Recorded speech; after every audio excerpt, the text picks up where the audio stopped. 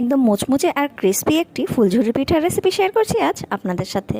ফুলঝুরি পিঠা বানানোর জন্য একটি বাটিতে দুটো ডিম ভেঙে নিচ্ছি আর তার সাথে 1/3 কাপ চিনি ভালো করে মিশিয়ে গলে যাওয়া পর্যন্ত নেড়ে চেড়ে নিচ্ছি।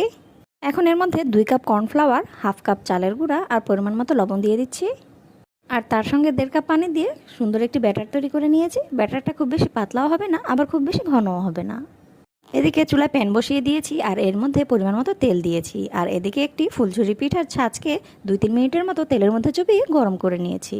এখন ছাঁচটিকে উঠিয়ে টিস্যু পেপারের মধ্যে কিছুক্ষণ রেখে তেল ঝরিয়ে পিঠার ব্যাটার মধ্যে এভাবে চুবিয়ে তারপর তেলের মধ্যে ছেড়ে দিব।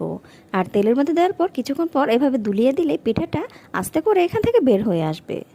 এরপর ভালো করে উল্টিয়ে পাল্টিয়ে পিঠার মধ্যে কালার না আসা পর্যন্ত পিঠাকে ভেজে নিতে হবে। আর প্রতিটা পিঠা ভাজার আগে ছাঁচটাকে এভাবে তেলের মধ্যে চুবিয়ে নিতে হবে।